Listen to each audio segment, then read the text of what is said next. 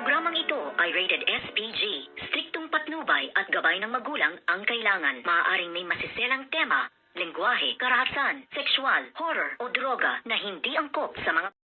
Good morning mga kachikas and welcome sa aking munting channel. Tuluyan na ngang nagising ito ngang si Margaret sa kanyang mahabang pagkakakomatos dahil nga sa paglason sa kanya. At dito ay nasabi nga nitong si Margaret na malapit na rin akong tumayo anak at hindi naman ako palaging nandito na lamang sa wheelchair. Bukas ay makakalakad na ako at makakapagsimulang muli. At sumagot naman dito itong ang si Mamita at okay na rin at naipakulong na ang lumason nga sa iyo na siyang ikinagulat nga ni Margaret. At dito nga ay nalaman niya nga pinakulong nga nila itong si Nay Guapa at kasama nga dapat itong si Tata. At dito naman ay dinipensahan nga ni Margaret itong mag-inang si Nay Guapa at ito ngang si Tata. At dito nga niya sinabi ang katotohanan na wala itong mga kasalanan at isa lamang silang inosente.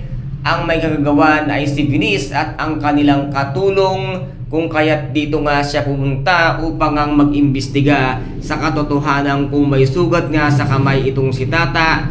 Ay nakita niya at napatunayan niya na wala, kung kaya't si Venice nga at ang kanilang katulong ang siyang magkasabwat upang gawan nga ng masama itong si Tata. Kung kaya't dito ay nagulat nga itong si Mamita Sweet sa mga nalaman niya na nagkamali sila ng taong pinakulong na wala naman palang kasalanan. Kung kaya't ngayon ay panahon na para nga bigyan ng leksyon ang pamilya nga ni Vivian. Ano kaya ngayon ang kanilang gagawin?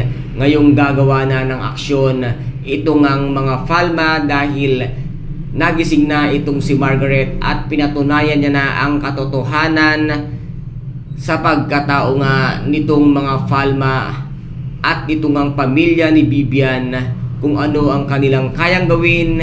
Kung kaya't dito ay ipapakulong na ng tuluyan nitong ang mga Falma ang pamilya nga ni Venice kasama nga si Vivian dahil ito ang nararapat at dahil nga sila ay masasamang tao at manggagamit. Kaya guys, ito po ang ating pakaaabangan sa nalalapit na pagtatapos ng My Ilongga Girl. Kung nagustuhan po ninyo ang aking videos for today, paki-subscribe na lamang po ng aking channel, paki-like and share para maging update kayo sa lahat ng gagawin kong videos. Maraming salamat po. Ingat, God bless and bye bye.